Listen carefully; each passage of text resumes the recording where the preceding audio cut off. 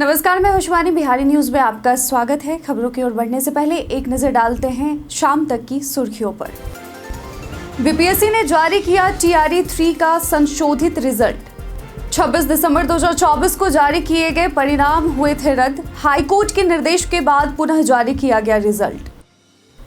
अच्छा कार्य करने वाले पैक्सों को पुरस्कृत करेगी सरकार। 15 लाख रुपए तक मिलेंगे इनाम की राशि। 1 अप्रैल से गेहूं की खरीद भी होगी शुरू। मैट्रिक परीक्षा 2025 की उत्तर कुंजी हुई जारी। बिहार बोर्ड ने जारी किया वस्तुनिष्ठ सवालों के उत्तर। 10 मार्च तक कर सकते हैं आपत्ति दर्ज। राजगीर में बनेगा भव्य ऐतिहासिक संग्रहालय। 3 एकड़ भूमि पर बनेगा यह संग्रहालय। सभी ऐतिहासिक धरोहर को संजोएगा यह संग्रहालय। न्यूजीलैंड से फाइनल में भिड़ेगी टीम इंडिया। क्या रोहित की कप्तानी में घर आएगा ट्रॉफी? आईसीसी टूर्नामेंट में रोहित की कप्तानी के रिकॉर्ड हैं तगड़े। अब चलिए बढ़ते हैं शाम तक की बड़ी खबरों की ओर विस्तार से।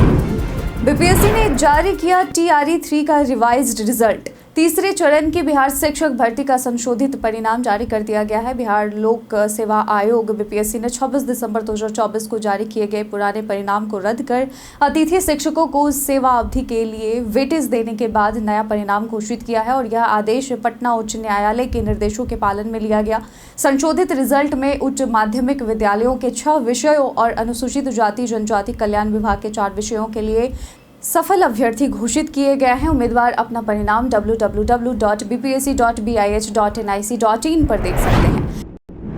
गैर मजरूआ आम जमीन के साथ की छेड़छाड़ तो होगी कार्रवाई। जी हां, राजस्व एवं भूमि सुधार मंत्री संजय सरावगी ने विधान परिषद में कहा कि गैर मजरूआ आम जमीन की प्रकृति को बदला नहीं जा सकता और अगर ऐसा किया गया तो कड़ी कार्रवाई की जाएगी। उन्होंने बताया कि आहर पईन को किसी रैयत के नाम पर प्रदर्शित किया गया तो उस पर कार्रवाई की जाएगी। मंत्री ने यह भी कहा कि अंचल कार्यालय में किसी कर्मचारी द्वारा गड़बड़ी करने पर उसके खिलाफ कार्रवाई की जाएगी। इसके अलावा उन्होंने गया के मोहड़ा अंचल कार्यालय की जीर्णशीर्ण अवस्था का मुद्दा उठाते हुए आवश्यक कार्रवाई की बात कही। अच्छा कार्य करने वाले पैक्सों को पुरस्कृत करेगी सरकार। जी हां, बिहार सरकार ने मुख्यमंत्री आदर्श पैक्स प्रोत्साहन योजना के तहत अच्छा कार्य करने वाले पैक्सों को राज्य और जिला स्तर पर पुरस्कृत करने का निर्णय लिया है। राज्य स्तर पर प्रथम पुरस्कार 15 लाख, द्वितीय पुरस्कार 10 लाख और तृतीय पुरस्कार 7 लाख रुपए का होगा। इसके अलावा जिला स्तर पर प्रथम पुरस्कार 5 लाख, द्वितीय पुरस्कार 3 लाख और तृतीय पुरस्कार 2 लाख रुपए का होगा। सहकारिता मंत्री प्रेम कुमार ने बताया कि 1 अप्रैल से गेहूं की खरीद शुरू होगी और सरकार ने इस वर्ष गेहूं का न्यूनतम समर्थन मूल्य 2425 रुपए प्रति क्विंटल कर दिया है। सिर्फ तालाब नहीं, अब खेतों में भी होगा मखाना की खेती। सिर्फ तालाब नहीं, अब खेतों में भी हो रही मखाना की खेती। जी हां, मखाने की खेती अब केवल तालाबों तक सीमित नहीं रही बल्कि किसान अब खेतों में भी इसे उगा रहे हैं। मखाना की खेती के लिए तालाबों में बीज छिड़कने पर 1/3 बीज तालाब में रह जाता है, लेकिन अगली बार वही बीज बाहर निकलता है। बिहार सरकार की मखाना विकास योजना के तहत किसानों को प्रति हेक्टेयर 72,750 रुपए की सब्सिडी मिलती है जो 3 वर्षों तक दी जाती है। तो 2021-22 में मखाना का थोक मूल्य 600 प्रति किलो था, जबकि खुदरा बाजार में 1000 से 1500 प्रति किलो तक बिकता था। इससे किसान मालामाल हो रहे हैं और मखाना की मांग विदेशों में भी बढ़ी है। आपके क्षेत्र में मखाना का मूल्य कितना है, हमें कमेंट सेक्शन में लिखकर जरूर बताइएगा। राजगीर में बनेगा ऐतिहासिक संग्रहालय। राजगीर में एक भव्य ऐतिहासिक संग्रहालय का निर्माण जल्द ही शुरू होगा जो इस शहर के ऐतिहासिक धरोहरों को संजोएगा और पर्यटन को नई दिशा देगा। यह संग्रहालय महादेवपुर गांव में एयरपोर्ट के पास 46 एकड़ भूमि में से 3 एकड़ पर स्थापित होगा। संग्रहालय में प्राचीन अवशेष, ऐतिहासिक प्रतिमाएं, दुर्लभ पांडुलिपियां और 3D इंटरएक्टिव डिस्प्ले होंगे। राजगीर का ऐतिहासिक महत्व और गौतम बुद्ध व महावीर स्वामी से जुड़े स्थल इसे विश्व भर से पर्यटकों का आकर्षण बनाएंगे। यह संग्रहालय स्थानीय अर्थव्यवस्था को भी बढ़ावा देगा और शोधकर्ताओं के लिए महत्वपूर्ण केंद्र बनेगा। बिहार के लिए होली स्पेशल ट्रेन का ऐलान। बिहार के यात्रियों के लिए खुशखबरी है क्योंकि रेलवे ने होली के त्यौहार पर स्पेशल ट्रेन चलाने का ऐलान किया है और यह ट्रेन राजगीर गाड़ी संख्या 04069 से आनंद विहार तक सप्ताह में 2 दिन मंगलवार और शुक्रवार को चलेगी और 7, 11, 14 और 18 मार्च को संचालित होगी। होली स्पेशल ट्रेन में केवल एसी बोगी होगी। यह ट्रेन गाड़ी संख्या 04070 आनंद विहार से 12:20 सुबह में रवाना होकर राजगीर 7:50 यानी कि शाम या फिर रात कह लें पहुंचेगी। वहीं राजगीर से आनंद विहार के लिए 11:30 यानी कि रात को रवाना होगी और ट्रेन का ठहराव आनंद विहार और राजगीर के बीच Govindpur junction, Prayagraj junction, Pandit Deendayal Upadhyay junction, Buxar, आरा, पटना जंक्शन, बख्तियारपुर जंक्शन और बिहार शरीफ के बीच होगा। मैट्रिक परीक्षा 2025 की उत्तर कुंजी हुई जारी। बिहार विद्यालय परीक्षा समिति ने वार्षिक माध्यमिक परीक्षा 2025 के सैद्धांतिक वस्तुनिष्ठ प्रश्नों की उत्तर कुंजी जारी कर दी है, जो समिति की वेबसाइट biharboardonline.com पर उपलब्ध है। यदि किसी भी परीक्षार्थी को उत्तर कुंजी में कोई आपत्ति हो तो वह 10 मार्च तक वेबसाइट पर जाकर आपत्ति दर्ज कर सकता है।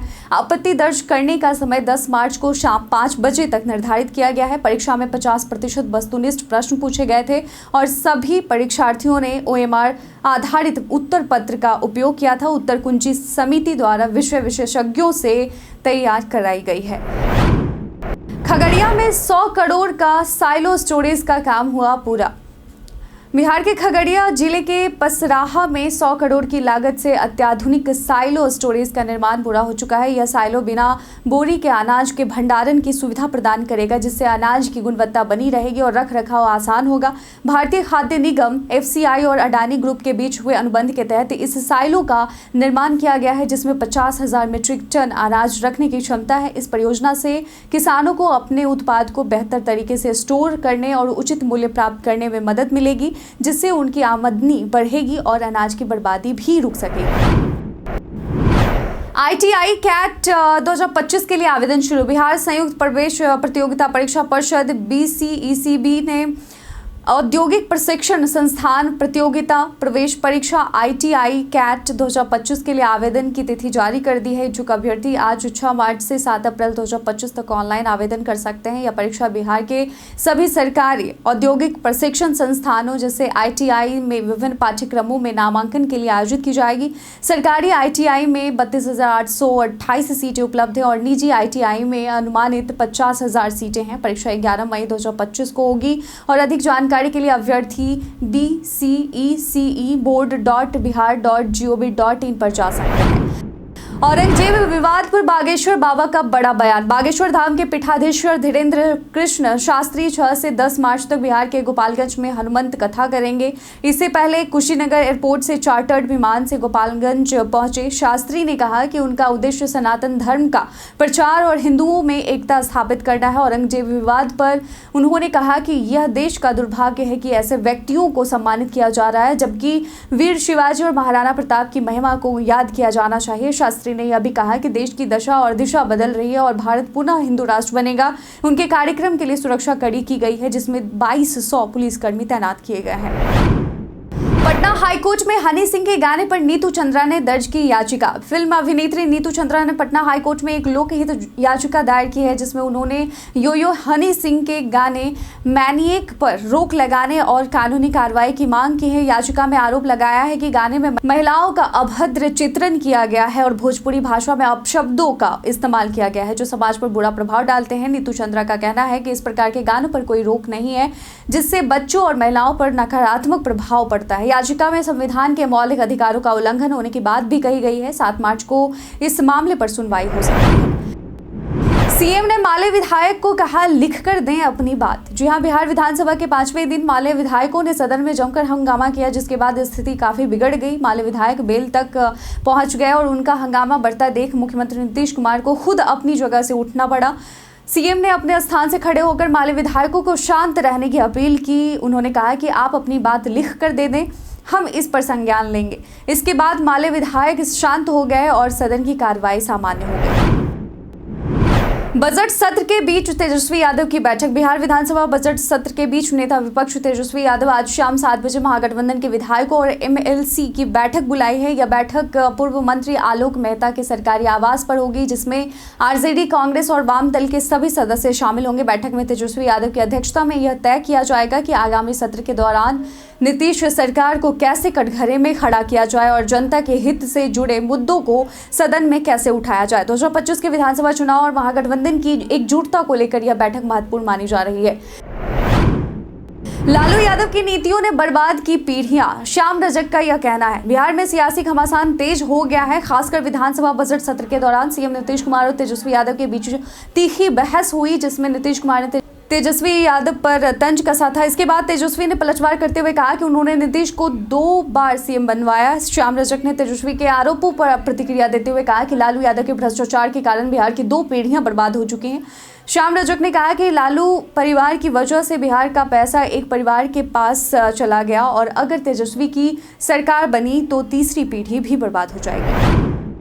न्यूजीलैंड से फाइनल में भिड़ेगी टीम इंडिया। न्यूजीलैंड ने चैंपियंस ट्रॉफी के दूसरे सेमीफाइनल में दक्षिण अफ्रीका को 50 रन से हराकर फाइनल में जगह बनाई। न्यूजीलैंड ने 362 रन बनाए, जबकि दक्षिण अफ्रीका 312 रन ही बना पाया और अब टीम इंडिया का सामना न्यूजीलैंड से फाइनल में होगा। न्यूजीलैंड ने 2000 चैंपियंस ट्रॉफी और 2021 विश्व टेस्ट चैंपियनशिप फाइनल में भारत को हराया था, लेकिन रोहित शर्मा की कप्तानी में भारत का रिकॉर्ड शानदार रहा है। रोहित के नेतृत्व में भारत ने न्यूजीलैंड को 3 बार हराया है, जिसमें 2023 वर्ल्ड कप सेमीफाइनल और चैंपियंस ट्रॉफी के लीग मैच शामिल हैं।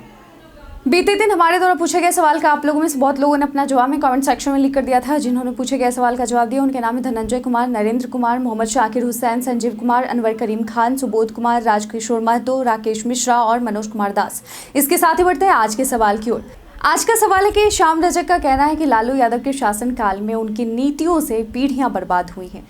इस पर आपको क्या लगता है? क्या आपको भी लगता है कि लालू यादव के शासनकाल में उनकी नीतियों से पीढ़ियां बर्बाद हुई हैं? अपना जवाब में कमेंट सेक्शन में लिखकर जरूर बताइएगा। आज के बुलेटिन में बस इतना ही। धन्यवाद।